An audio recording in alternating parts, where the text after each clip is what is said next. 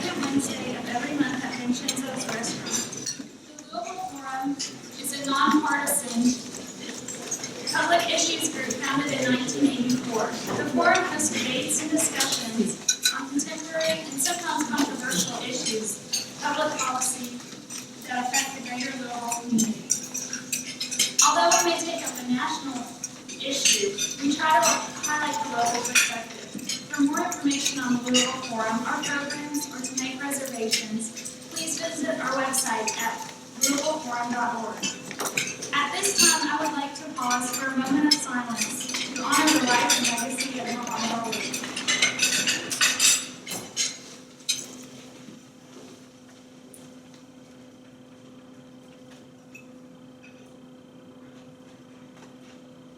Thank you.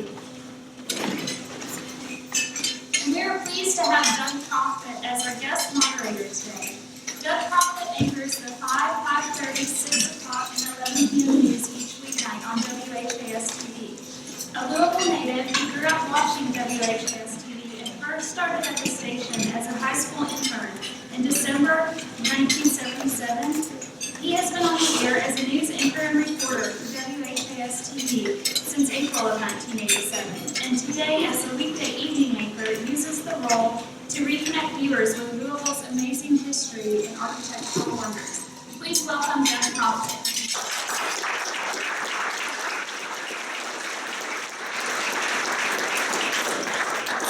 Thank you all very much. Can you hear me there in the back?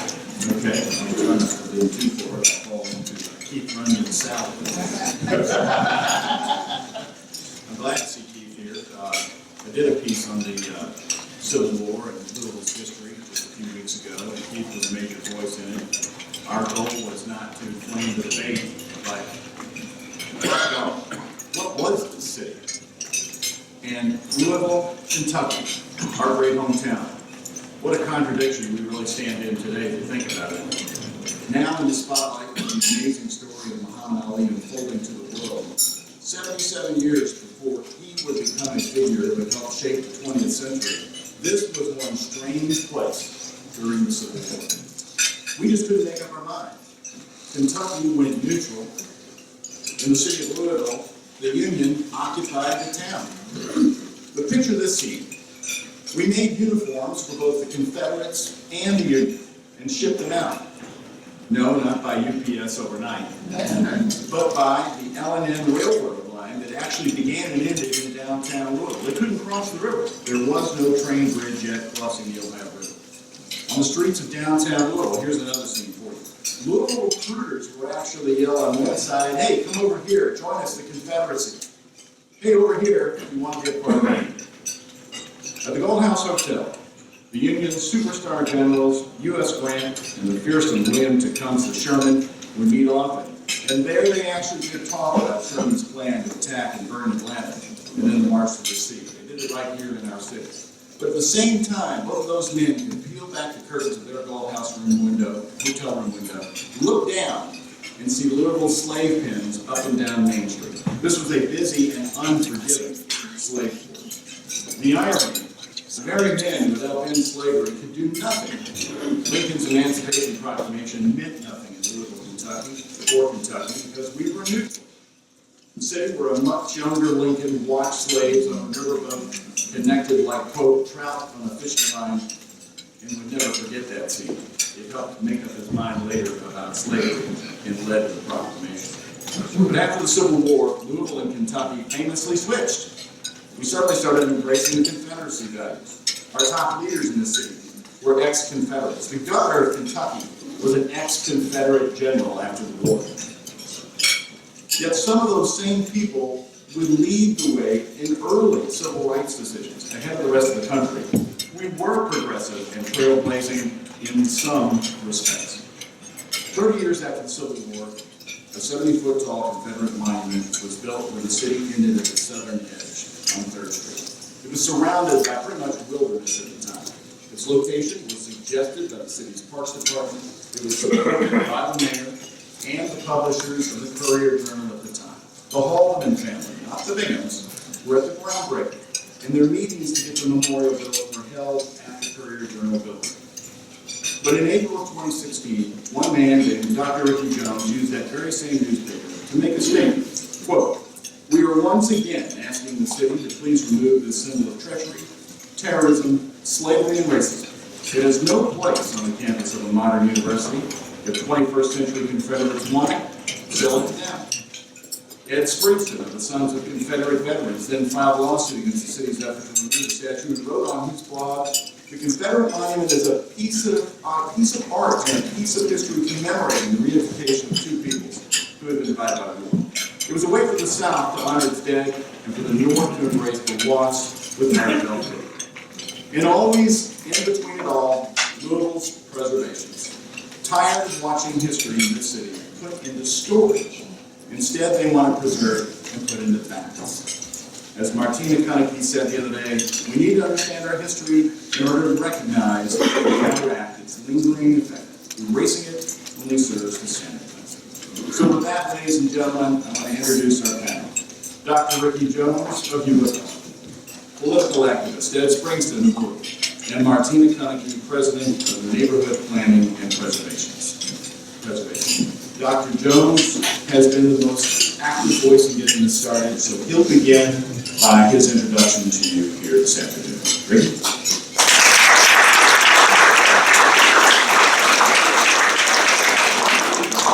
I'm going to set a timer here to try to keep myself to the 5 minutes. Welcome to Martina. Welcome to Ed. Thank you to Louisville Forum for inviting me this afternoon. To friends, fellow Louisvillians, and enemies. I'm very happy to be here today. So I'm going to take a few minutes to set the record straight on a few things, and then hopefully we can move into lively and positive debate. I actually wondered if this debate would take place after the judge's ruling, which really shut down the issue, and that this is done. This is really not, to my thinking, an issue about the past anymore. It's an issue about the future. And I'll say it's an issue about the future, not just about the statute. Those of you who have followed me know that I've written on this issue quite a bit, and I've said repeatedly that the statute debate is really not about the statute.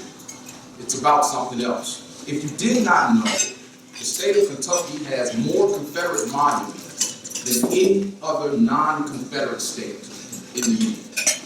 And so the question is begged, why are people so up in arms about the movement of one, not the destruction, the movement of one monument to another part of the city, when you have so many in this state? Please understand, I always tell people I am an Atlantan, not a Georgian, because Atlanta is the jewel of the state of Georgia. You get outside of Atlanta and you find some of the most retrograde ideologies you can find in the country, in the state of Georgia. I feel the same way about Louisville. Louisville is the gem of Kentucky, outside of this city. And let me say it unapologetically, you find racism, you find religious intolerance, you find people who are aggressively opposed to people with a different sexual orientation, you find overalls, straw hats, and Confederate sentiments. The names change, but the ideologies remain the same. Slave traders, slave owners, night riders, the Ku Klux Klan, the Confederates, the Sons of Confederate Veterans. The ideology remains the same. Let it be clear. So this really isn't about a statue, because there's so many in this state. And so my question is, why are people fighting so hard to maintain it? Let me address two issues very quickly before we move on. One is the thought that there's some erasure of history going on. That is either a statement of deception or a statement of ignorance. Nobody is trying to erase history. Certainly not my people. We would not try to erase the Civil War. We want people to remember what went on in the Civil War and what led to the Civil War. Please tell me the last time you heard a statue speak. Statues do not speak. People learn nothing from them. People learn things from historians, archivists, and folks who are actually educated on what this country was and what it will be. The second piece is the claim that folks who supported the statue movement behaved in the same way as ISIS. I find this another interesting claim. I've been called a number of things, some good, some great. One was Black ISIS, which I found interesting, saying that, you know, this is what terrorists do. They tear down statues. No, actually, this move is much more akin to what American troops enabled people in Iraq to do as soon as Saddam Hussein was deposed. The statue of Saddam Hussein that towered over Iraq came down immediately because it represented the same thing that the Confederacy represented: oppression, mean-spiritedness, and inhumanity. To call me or my people terrorists or terrorist sympathizers, that is one of the greatest erasures of history ever. Please understand, it wasn't my people, it was the Confederates and their sympathizers who held slaves, who raped our women, who castrated our men, who sent our children out into the field at 5 and 6 years old to pick cotton until their fingers bled. It was these people who then moved forward and were so committed to the system of slavery and inhumanity that they were willing to die or kill others so that it could be maintained. That's terrorism. When you string people up and hang them from trees or bridges at the end of a rope because of the color of their skin, that's terrorism. Please be clear. And so I'll close with this. There are 5 basic questions that I think we have to ask ourselves as we move forward. And it's the way I live my life and we think of any of this. How do we, across lines of race, maintain perspective and accuracy in the face of dilettantism and deception? How do we maintain dignity in the face of disrespect and dismissal? How do we maintain humanity in the face of wanton oppression? How do we see change in the face of relative powerlessness? And finally, how do we maintain hope and forgiveness in the face of predation and pathology? Those are key questions. So, with Ali's passing, last thing, a friend of mine from another news outlet called me yesterday, said that people were calling his station and saying they were sick of the coverage of Ali, that it needed to be shut down, and the city should not honor a draft dodger. And if they didn't stop the coverage, they threatened to stop watching their station.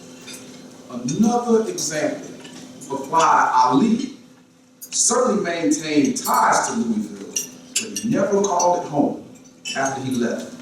Another example that there are people with that type of mentality in this city. But the question is, what are we going to do to push them back? Louisville is the gem of Kentucky. Let the Confederates have the rest of the state, but they cannot have this city. Thank you.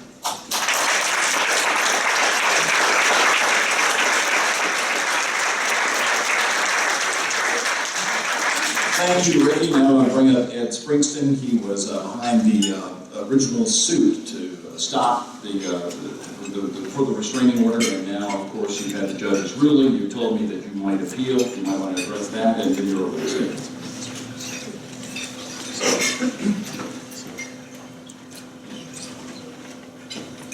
You have to excuse me, folks, I sit here and laugh a little bit. I tell you, great speech by Dr. Jones, give it to him. Thank you. Educated, intelligent, great speaker. But I tell you, think about this. If I use terminology was here to refer to me and my people, what would I be labeled? Racist. Just like Cooley Everett was labeled a racist. In my opinion, Cooley Everett is a racist. Well, I want to tell you guys the truth about this whole lawsuit, because some people get lost in the narrative. Why? I'm the lead plaintiff. I've never spoken to Doug and the other media official about any of this. They all Cooley Everett, who chose to make this about himself, to bring attention to himself for a political election. I don't like the guy, can't stand the guy. He's the type of person I don't associate with. But this whole racist dynamic is because of him, it's my fault. I'll take full responsibility for it. Because when I contacted Mr. McAdam, my attorney, I have to talk about this part, right? When I contacted Mr. McAdam, my attorney, we discussed the possibility of maybe adding more plaintiffs down the road. I know about the Confederate veterans, and this is a big issue for these guys. So I had no problem with it, and I gave Mr. McAdam blanket permission to add anybody and everybody that they wanted to add to this suit. I didn't know Corey Everett was one of them until it was too late. I immediately put out in the press, wrote my own article, telling the whole world that Corey Everett did not speak for us, this lawsuit, or anything else. This has never been about racism. But we don't get to talk about that. We get to talk about liberal perception that people who disagree with you want to put on us. And in this particular city, like it or not, it's a liberal perception. They tell us what we're going to do. The media tells us, it slants everything we want. There's not one person in the media who doesn't have my contact info and who hasn't talked to me through the years.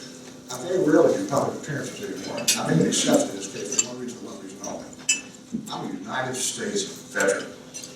I serve my country. And so did every black, African-American, Confederate soldier that monument represented. This is not about trying to fight over racism and the Confederate War, as Honorable Michael Connell back here decided to make it about a hearing. And by the way, I did tell you to your face, you did a great job. As an attorney, I would have hired you in a second. I would have. You did a great job. But at the end of the day, it's not about that. It's about showing respect for our fallen. That's number one.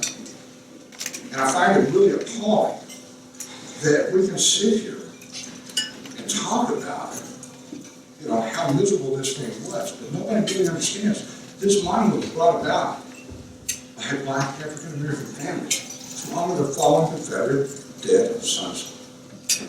That's the situation. Do the history, do the research. Then you're going to hear people sit here today and tell you, oh, it's full of garbage. That's fine. On my radio show, each and every episode, I tell my audience one thing. Never take my word for anything. Research it yourself. You're going to sit here and listen to Dr. Jones make comments, you're going to listen to me make comments, Ms. Connick, you're going to make comments. Don't believe any of us. But take what we tell you and do your own research and make up your own mind.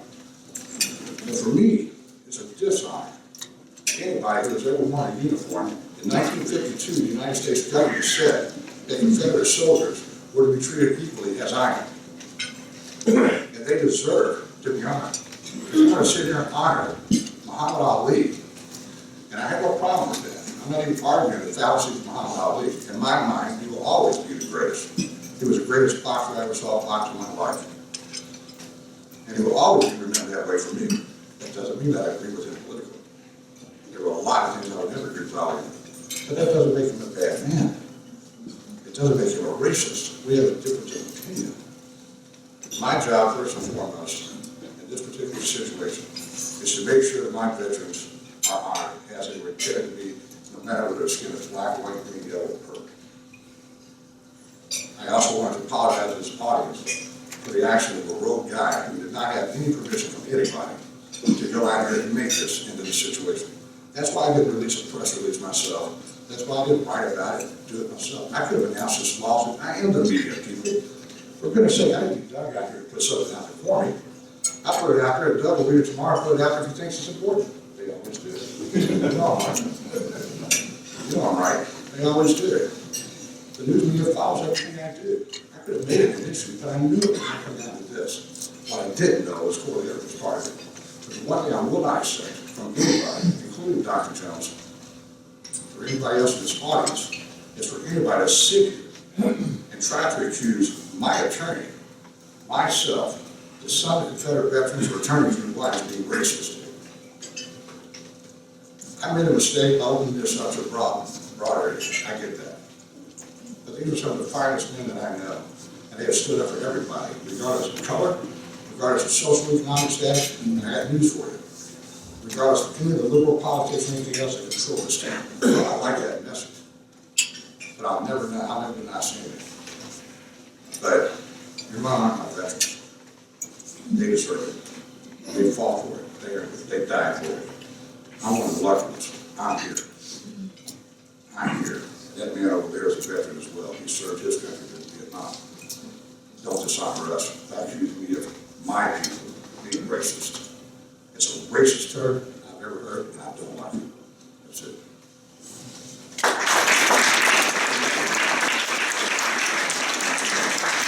These are just the opening statements. They hadn't started yet. Martina Cumming, which we're going to come up here and talk about history. The view of putting history in storage. We have monuments that represent history that's good and bad.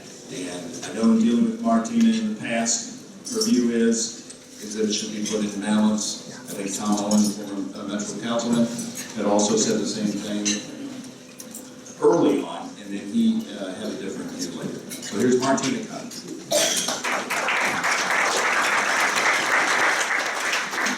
Thank you, Doug, and I want to thank the forum for asking me to participate today. A couple centuries ago, a very complex individual named Thomas Jefferson noted that maintaining slavery was like holding a wolf by the ears. I don't think even Mr. Jefferson could imagine the extent to which his remarks were true, and the extent to which today, every single day, all of us, black, white, everyone in America, is still grappling with what started so long ago in this country. I got enticed into this discussion, and my remarks today, in a very abrupt way, Dr. Jones and I got into a little tussle online, and many of you have seen my remarks. It is not an easy issue.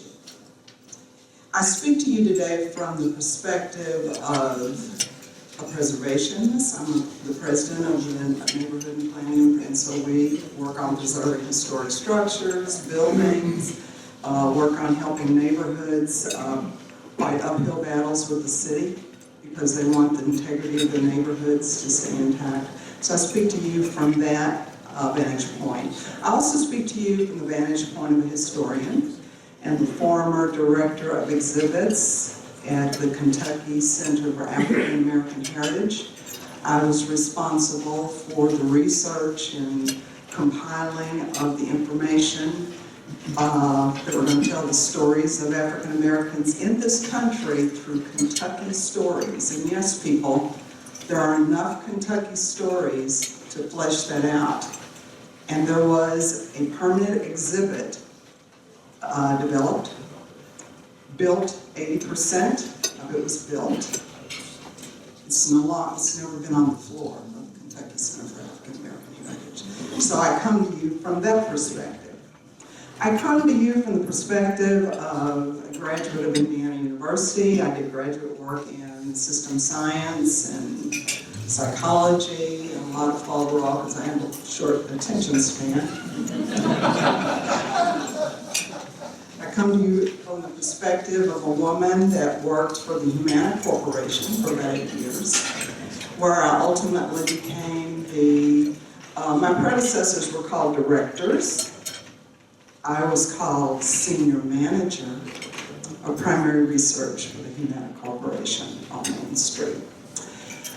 I left corporate life probably back in the late 80s and went into business for myself. Started a little company called Nuance Research and catered to small businesses and nonprofit, offering them affordable research services. And so it was through them that I came to have the African American Heritage Foundation as a client, and it was through that work that they hired me as the director of exhibits. So that's a long introduction, but it's important to understand the context from which I come.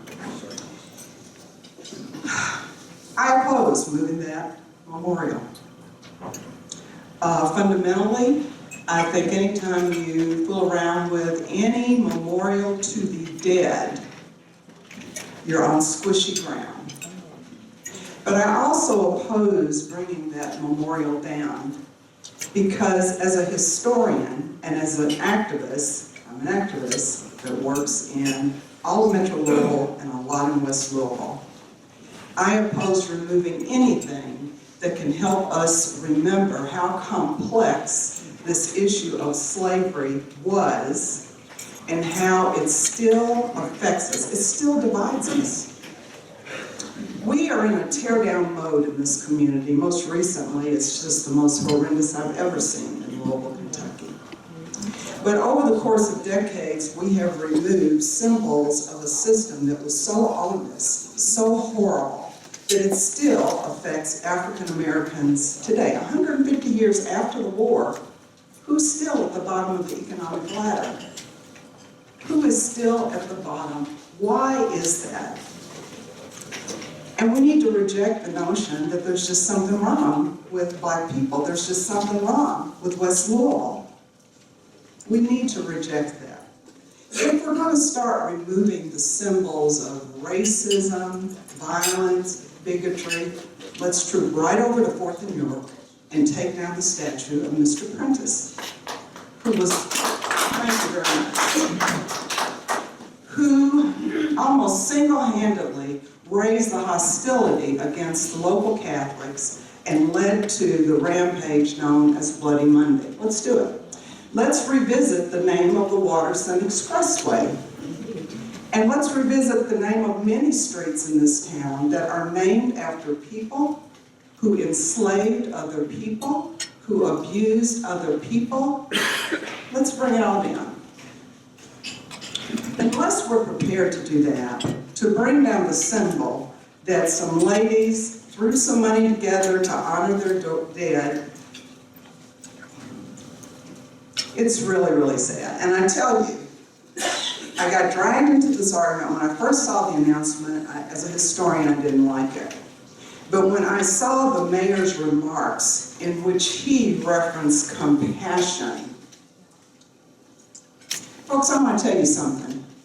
A lot of my time in the last couple of months have been spent in a neighborhood called California. It is a neighborhood where I grew up. It was a poor neighborhood. It was a working class neighborhood. But when I grew up there, we had a movie theater, we had a department store, we had a community. None of us grew up thinking that we would be shot dead by the time we were 21 or before that. Hearing the term compassion coming out of our mayor's mouth after working in the California neighborhood the last several months, fighting his efforts to put a methane plant across the street from homes, answering the questions of the people in the community, why have 125 houses been brought down in the California community, and why are we trying to force the folks who do not want to sell to move? Why is the Clarion chemical plant producing some of the most dangerous chemicals now at 12th and Hill? Why was a historic building that I as a child walked to, it was the Madeline Hardware Store, 18th and Hill, brought down under very mysterious circumstances just a couple of weeks ago? We are killing that neighborhood. We're killing West Louisville neighborhoods. And so this move, in my humble opinion, is a move to obscure Mayor Fisher's total disregard for all communities, but Black communities, the communities out in southwestern Jefferson County are not faring any better. Mr. Ramsey has problems. It was for them to put forth some sort of face validity that is not acceptable.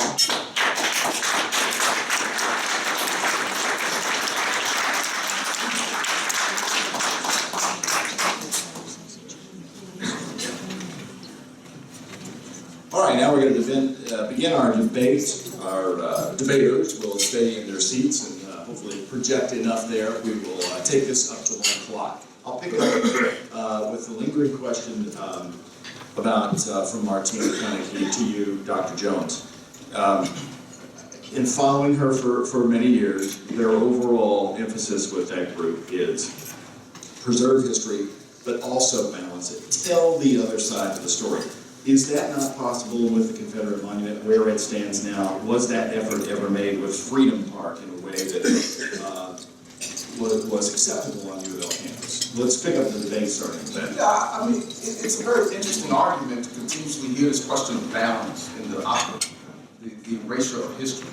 What Ms. Kanicki really gives you is a false argument, and she gives you a confusion of arguments as well. This idea of balance, I think, is so incredibly misguided when the majority, the lion's share of things that are taught, dealt with, pushed for politically, socially, economically, philosophically, and ideologically are from the white perspective. I mean, it's like the argument in higher ed when people say, well, you know, you have black studies, isn't that racist? You know, that's the power of whiteness. It's ever-presence and its invisibility. You don't have to have, when people go to the history department, you don't have to say, oh, this is white history, it's understood. I mean, the curriculum is dominated by European-centered ideology. Everybody knows that. I mean, it's very, very clear. So, you know, how many monuments do you have, the same number of monuments in this state to the destruction of human lives, of slaves, as you do to Confederate soldiers, who, let me say again, were treasonous. They were treasonous. And I hear this talk from, you know, the descendants of Confederates, which I find interesting. And they'll very bravely and proudly say to you, well, you have to understand, you know, my ancestors fought for the Confederacy. And I'm like, well, you have to understand that your ancestors enslaved my ancestors.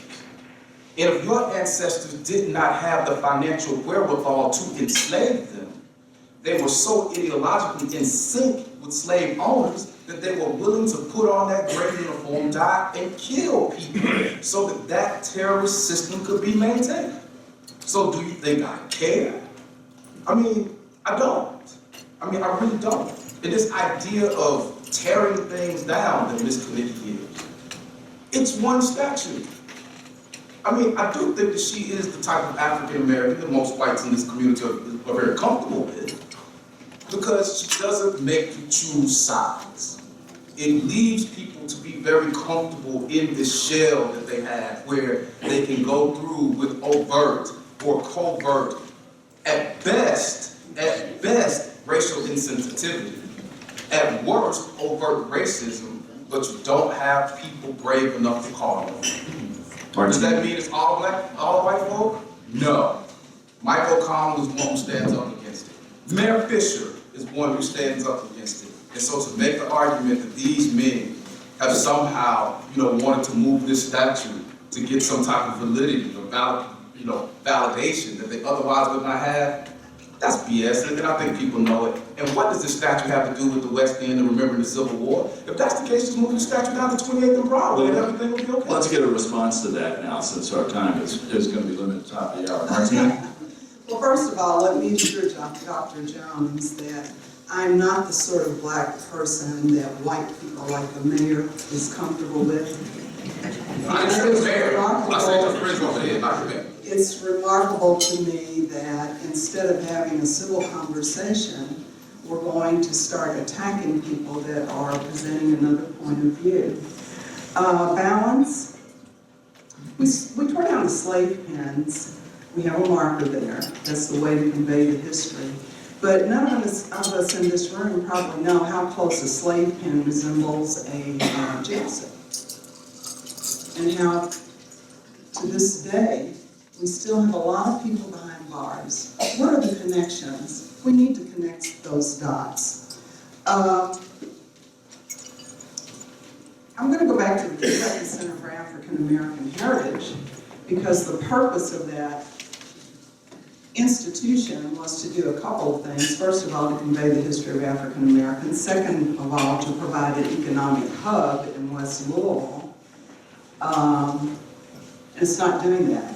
And we see so much money that has been spent in West Louisville. I had a city official tell me once, oh, we've spent millions of dollars within, 10 years or whatever. To what end? So It's unfortunate that that Dr. Jones does not see the connection between the historic degradation of Black culture or Black history and theatrics such as bringing down a monument that stands for, it's honoring the dead, it's not honoring slavery. It's unfortunate that he does not see that connection.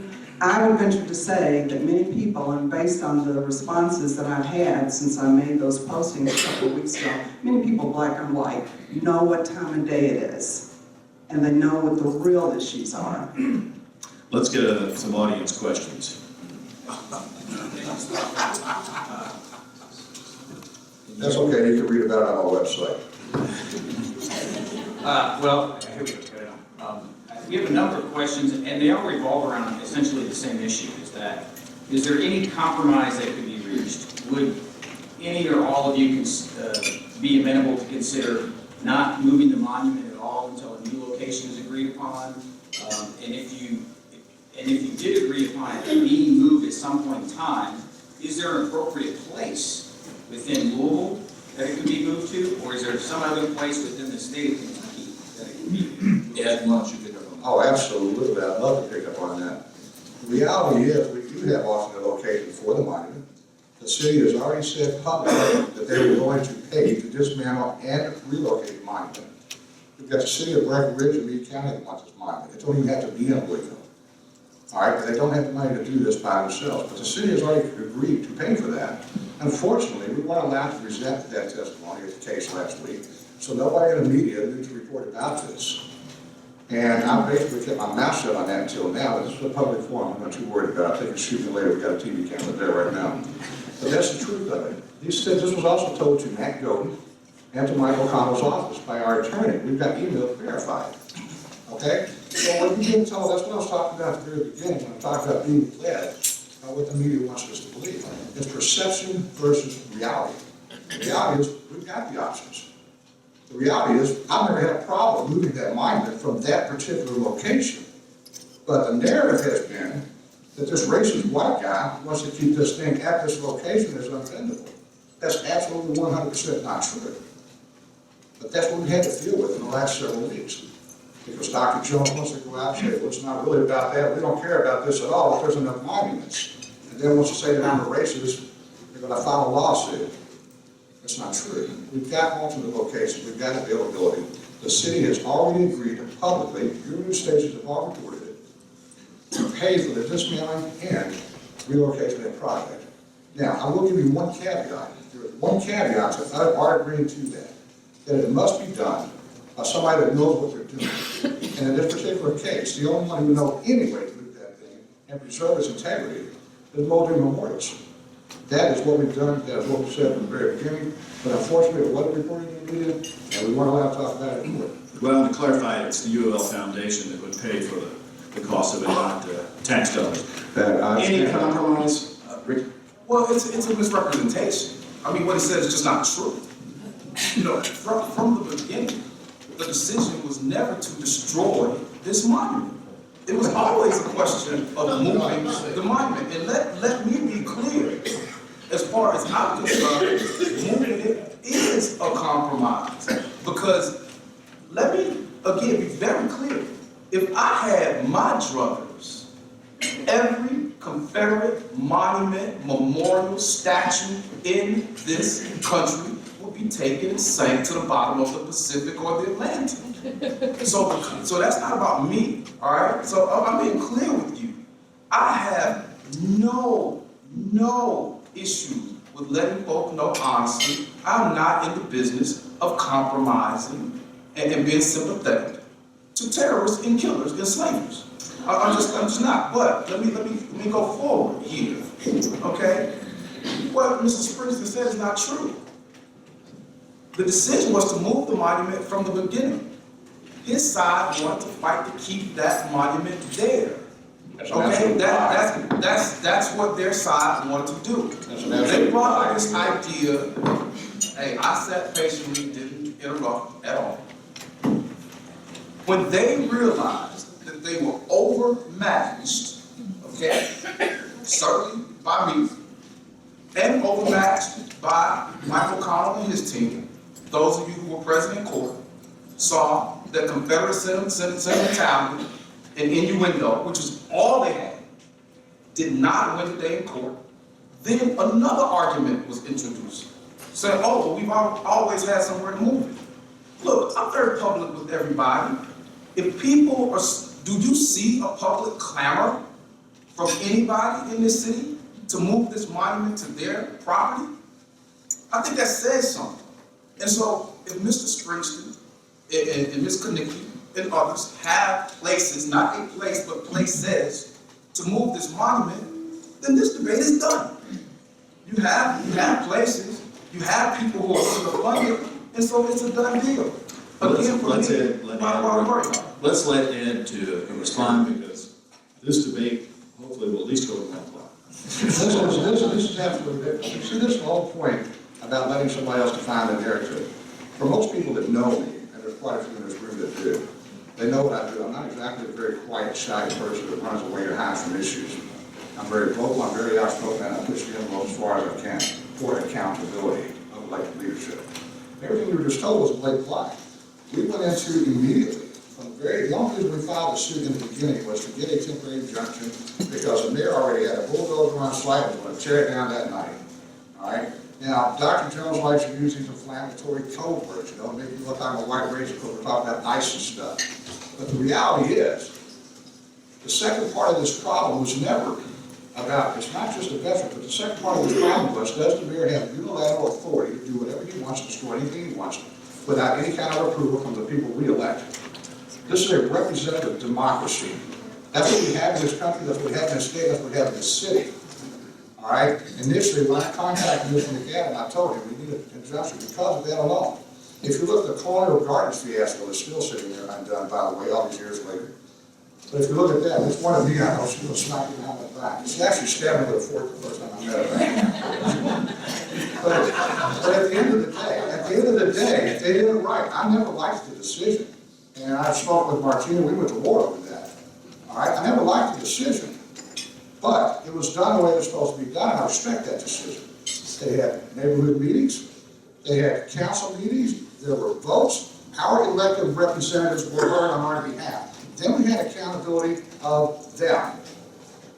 All right, to let the Metro Council off on this issue and not allowing them to do their job, to vote on this issue, to have the same thing on government, you know, things that are done and everything else.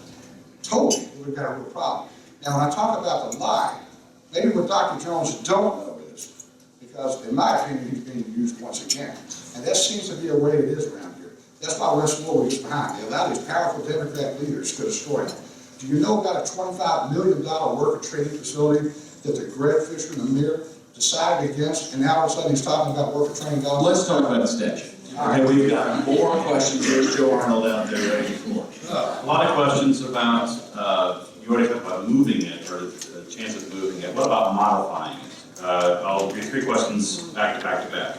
Might the monument be improved by modifying it to memorialize all who died in the Civil War? Why not add another monument to the campus to provide balance? And then one is directed directly to Dr. Jones. Since Freedom Park was built to bring balance to the Confederate Monument, if the monument is moved, can we count on your support to also move Freedom Park?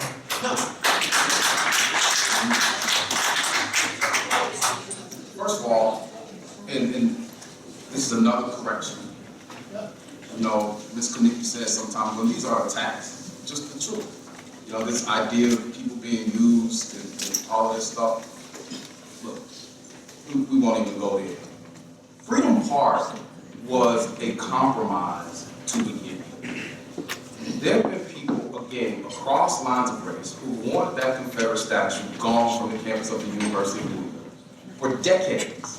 This is not just a movement that started last semester. Now, the mayor did misspeak there because in President Will didn't start last semester or last year.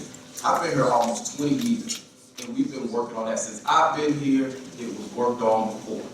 Okay, so there was a misrepresentation made of Blaine Hudson by Ms. Konecki, saying that he wanted that monument to stay there. Not true. This issue was raised back in 1999. Okay, by myself and Professor Eddie Warren, who's no longer here. We talked to Blaine for advice. Blaine, as well as us, talked to the administration at that point, who owned the statue, was still in doubt. Blaine's idea, as a result, was he said, we can't get this thing done. I'd like it to be gone, but let's do a compromise and do Freedom Park. That's where Freedom Park came from. That's what that was all about. It was a compromise in the first place. It was not a win, okay? So people say, well, will I support you in moving Freedom Park? No, do that on your own. Will I support you in putting up another monument to the Confederacy? No, do that on your own. Beyond that, where you moving? I don't care. My whole thought was I wanted it gone from the place that myself, my faculty, staff, students live, work, and play. Wherever else it goes, that's up to the folk in those communities to take it or move it or other monuments. And something that was said earlier on, we start taking down all this stuff. It seems to me, and I didn't know this, it seems that Louisville and Kentucky have a whole lot of streets, parks, and all kind of other stuff dedicated to racists. If you want to get rid of it all, go ahead. It's your time. More questions. I'm sorry, Martina, you go ahead. I would like to respond to that because Dr. Jones has on several occasions pretty much called me a liar. I want to remind the audience that when they were talking about Freedom Park, Dr. Blaine Hudson, who actually was part of a statewide historian panel that advised us at the Center for African American Heritage, reached out to me about to get input on the park. And you know, Dr. Jones is correct about that. It is a compromise. I don't favor moving it. But I do think as a community, if we really care about our history and if we really want to start respecting one another, irrespective of race, that we start telling our story better. One of our neighborhood partners in the Chickasaw neighborhood, when this whole thing boiled up, called me and said, you know, why isn't there a monument to the enslaved anywhere downtown on the campus of U of L? Let's work on being positive. And let's try to start a spirit of reconciliation. We cannot, if nothing else, I lay this at the feet of Mayor and Mr. Ramsey. This is another way to divide this community, to distract us from the real work that needs to be done to make Louisville what it can be and not what it is.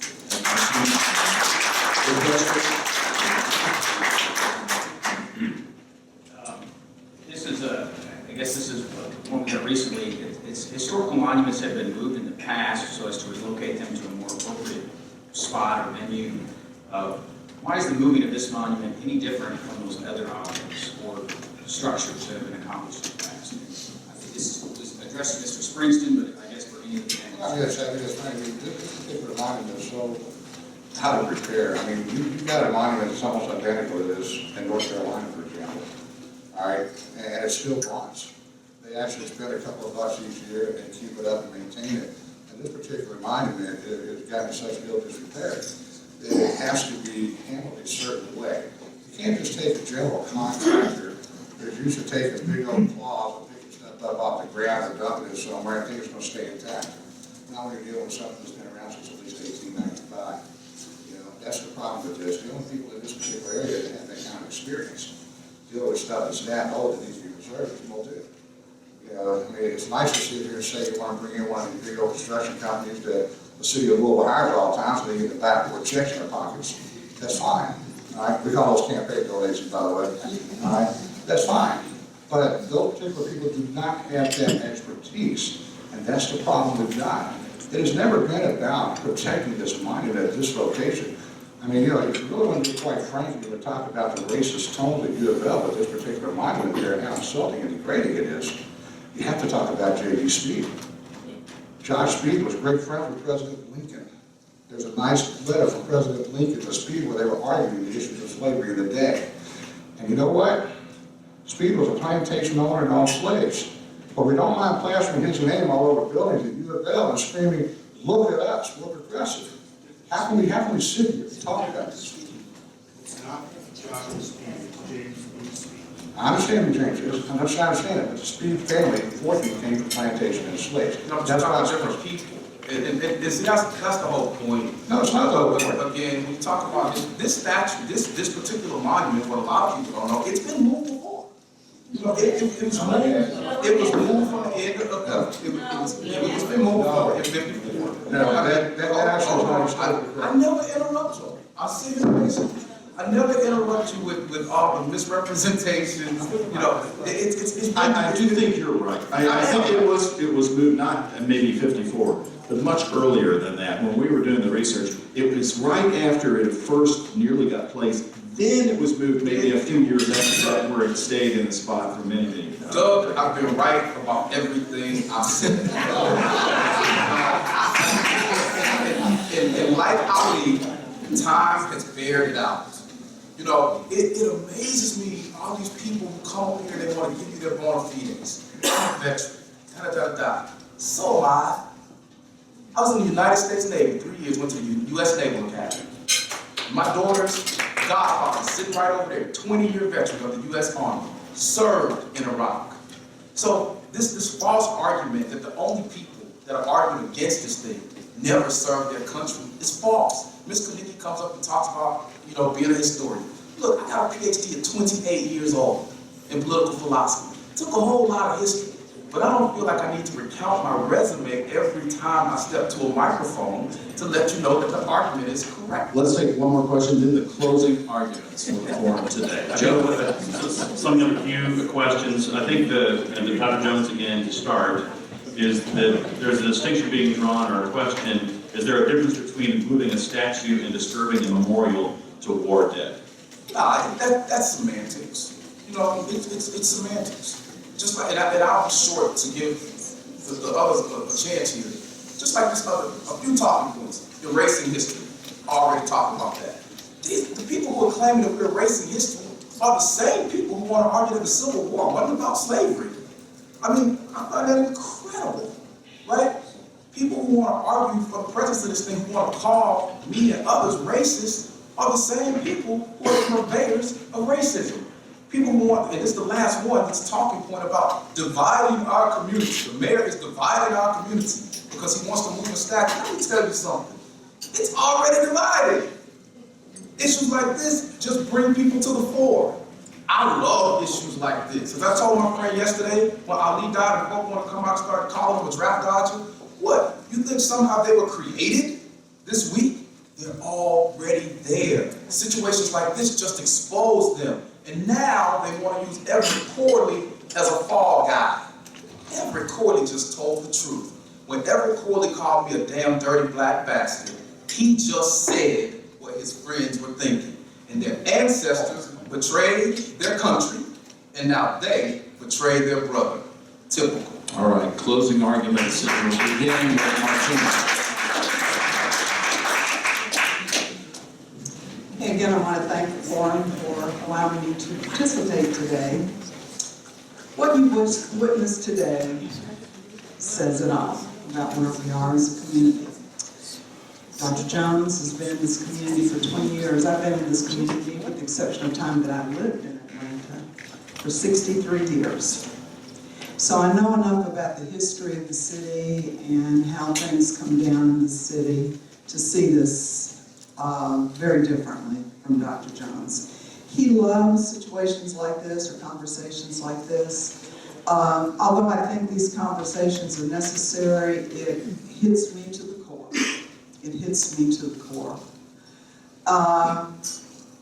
He talks about the terrorism of the South, of the Confederates and whatever. What about the economic terrorism that is occurring in our community every single day under the leadership of folks like Mayor Fisher, who is tearing down our neighborhoods, proliferating West Louisville with dollar stores, halfway houses, chemical plants? Talk to me about respect. Talk to me about compassion. Stop talking about compassion and acting to the contrary. In closing, I want to say, about 4 years ago, some of our community partners down in West Louisville, the Portland Business Association, the Russell Neighborhood Association, and others, joined us in the oldest surviving cemetery in Louisville, Western Cemetery, for a Memorial Day service. And it was meant to invoke the old celebration of Memorial Day and to begin a spirit of reconciliation in this community. So they invited me to speak. I was there to speak, folks from the Russell neighborhood, Portland neighborhood. We also invited the Sons of the American Revolution. They showed up in their outfits with their drums and fifes and whatever, the Daughters of the American Revolution. But we also invited the Daughters of the Confederacy and the Sons of the Confederacy. The war is over, but it still controls us. We have been left with such baggage from our ancestors. Let it inform us where we are and where we need to go. The grandstanding by Dr. Jones, go at it, but don't expect a 63-year-old grandmother that has to give up swimming with her grandkids, playing chess with my grandson, to come out and be part of forums such as this. When I come out, I'm going to come out telling the truth. And that is the legacy of Muhammad Ali. He had no qualms about telling it like it is, not like we want to believe it is.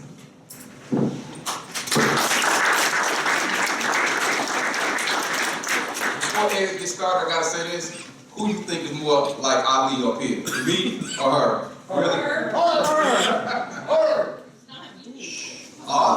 It's good for the closing arguments. We'll get to that in a second. Ed? You know, you say closing arguments, and that's the kind of misnomer, because this is not close.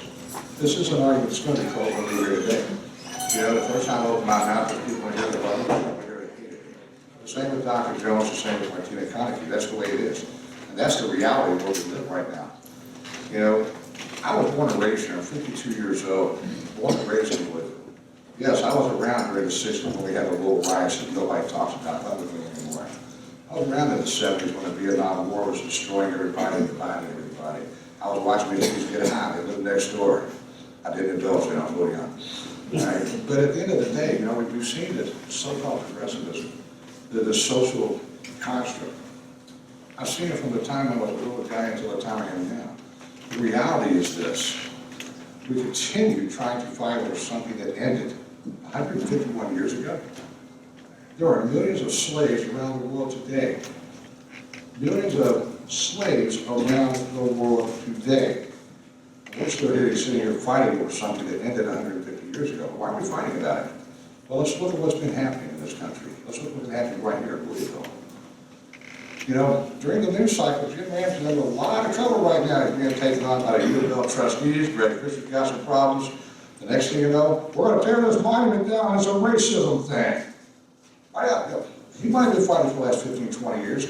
Was it a primary topic on the news feed or anything else? No, until Greg Fisher made it one. Jim Ramsey made it one. Now, I'm not saying anything about the monument fight. I actually respect Dr. Jones in that regard. He's fighting for what he believes in.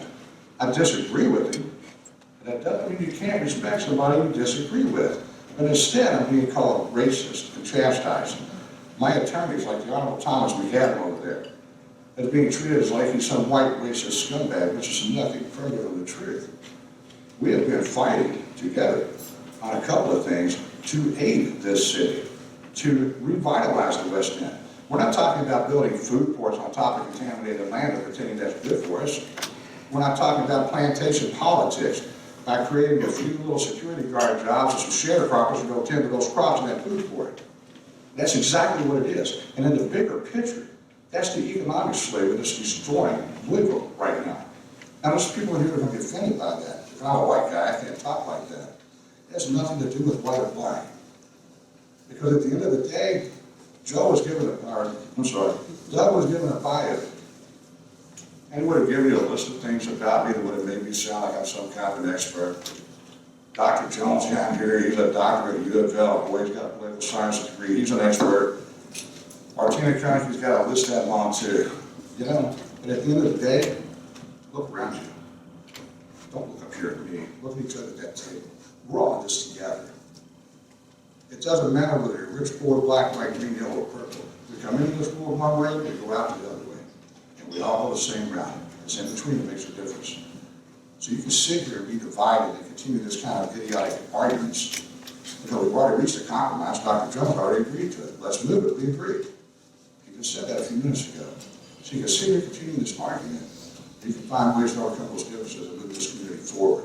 And when I mean forward, I mean where it's inclusive of all of us, rich, poor, black, and white. Thank you.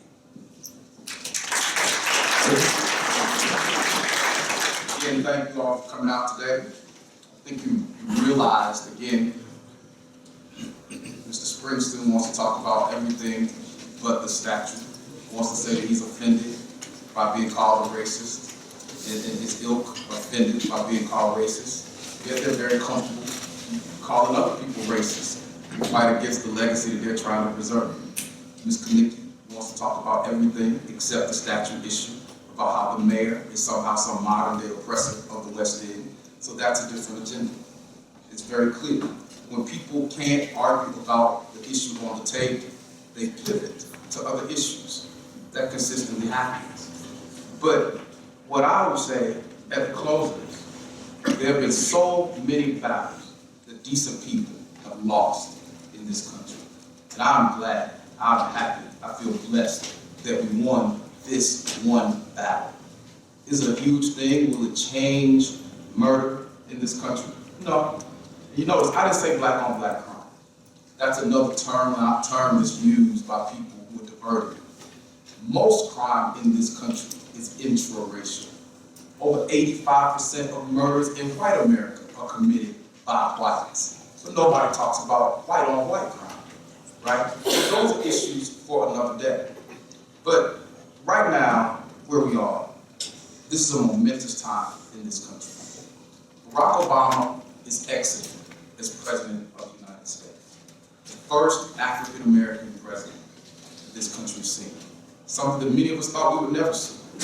And remember, black people are only about 12% of the population of this country, which means every black man, woman, child, and baby could have voted for Barack Obama twice. And if they were the only ones who voted for him, he would not have won. So we've had a whole lot of white brothers and sisters partner with us in that endeavor. And it's a beautiful thing. So don't believe that I don't like white people. I just don't like some.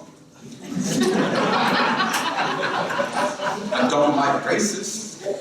I don't like Zionists.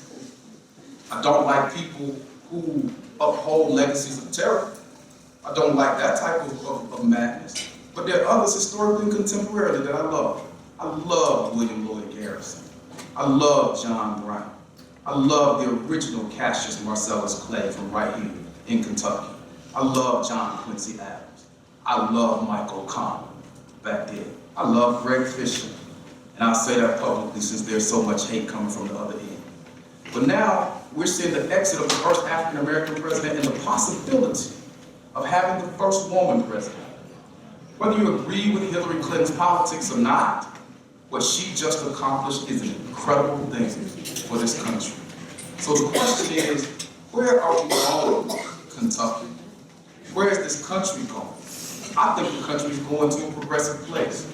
The question is Kentucky going to keep up? I think moving that monument was one step in the right direction, and we have to be willing to fight folks who will move us in the other. So is it grandstanding? I say no. I close with this. Most men that have courage don't have credentials.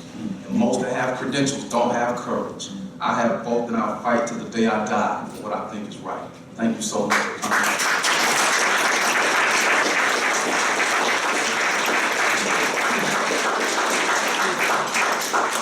Lisa's going to rejoin us and send us off on our way today. Please. On behalf of the entire Louisville Forum, we thank you for being with us today. As an expression of appreciation, we have a mint julep cup for each of our participants and our guest moderator. We're gonna need it. Yes. Our next meeting is Wednesday, July 13th, and reservations can be made online at louisvilleforum.org or by